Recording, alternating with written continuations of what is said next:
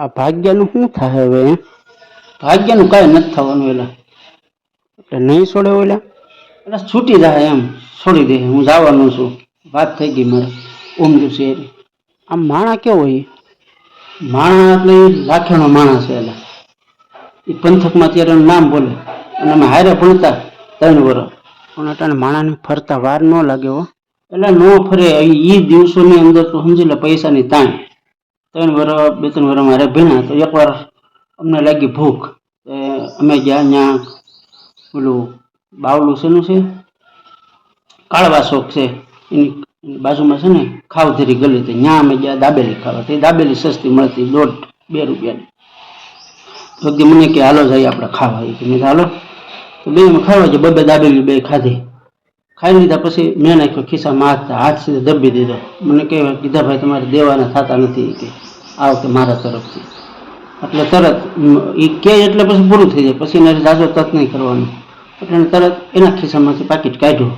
પાકીટમાં જોયું તો કાંઈ નહીં, પૈસા જ નબળે. એટલે મને કહે તો તમારે દેવા પડશે કે પાકીટમાં કાંઈ નથી. એટલે મેં દઈ દીધા. એટલે આમ સીધો માણસ હાવ. તું આમ જો ને સીધી લીટીનું કામ.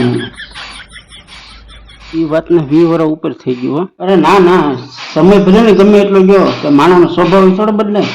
મારે જે હમણાં વાત થઈ હતી શિયાળામાં, અમારી ઓળીનું અટાણ શું કામ પડ્યું હોય. શાળામાં એને છે ને લાઇટનું કનેક્શન આવ્યું હતું. 2 થાંભલા, 2 ટીસીના થાંભલા એને ખોડવાના અહીંયા હતા. માણસો અહીંયા કામ કરવા ગયા. તે લોટકા માણસો. તો ઓમદેવસિંહે સીધું પૂછ્યું કે તમે લોટકા માણસો? એ કે હા બાપુ. એ કે અમે તો આવીએ છીએ કે રાજસ્થાનથી. કે અમારે થાંભલા ખોડવા એટલે આમ રમીકની વાર. તો કે થાંભલા ખોડતા વાર કેટલી લાગે? એ કે સાંજ થઈ જાય, 7 વાગી જાય. કે એટલે કે બપોર સુધીમાં તમે થાંભલા ખોડી ગયો ને તો આપણે અહીંયા લાડવાનો પ્રોગ્રામ કરવાનો છે ખાસા ઘીના, અને તમને ખવાડવાના છે 5 જણાને. તો ઓલા મીણા લેવા તો બપોર થયું હતા, થાંભલા ખોડીને કરી દીધું બધું તૈયાર. બાપુએ આંધણ મૂક્યા હતા લાડવાના. બપોરે બધાને જમાડ્યા. પછી જમાડીને પછી કે હવે સુઈ જાવ, વાડીએ મોટું ગોડાઉન જેવું છે, સમજાઈ ગયું. 20 વીઘા જમીન છે એને. તો એ ગોડાઉનમાં બધા લાડવા હારી પેટ ખાધા ને બધા સુઈ ગયા. બપોર થયું રોંઢો એટલે બધા ઉઠ્યા એટલે બાપુએ બધાને પકડાવી દીધી મોઘરીઓ. ઊંડી ખેડ કરી હતી, સમજાવ. 20 વીઘામાં તો આવા તોડા ઉપસાતા ઢેફા. કે મનો બધા ભાંગવા. કે હાલો ફટાફટ. કે તો એ ઢેફા ભાંગવાનું એને ચાલુ કર્યું. સાંજના 7 વાગ્યા. 7 વાગ્યા એટલે ઓલો જે કોન્ટ્રાક્ટર હતો ને એને એ ગામમાં જે હેલ્પર કામ કરતો ને લોકલ, એને ફોન કર્યો કે આ માણસો ક્યાં ગયા? તો ઓલો જોવા ગયો તો બાપુ અહીંયા ઢેફા ભાંગે.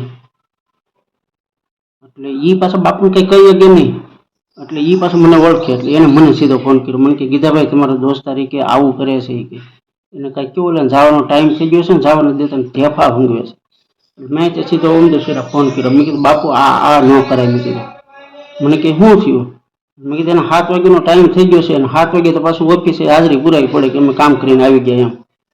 એટલે મને કે મને શું ખબર? કે મારા હાળા એ કે આ 5 સાહેબ બુદ્ધુ જવાબ બોલતા નથી કે અમારે 7 વાગ્યા સુધી 7 વાગે પાછું જવાનું હોય ઓફિસે. નકર કે થોડા આપણે કંઈ આવું કરીએ. એવું એમ સીધું ચાલુ ફોનમાં એને સીધું છે ને ઓલાને ખખડાવી મૂક્યા. કે હાલો બુદ્ધા જેવા તમને કઈ ખબર નથી પડતી કે 7 વાગે તો કહી દઈ એમ. સીધી લીટીનું કામ એકદમ.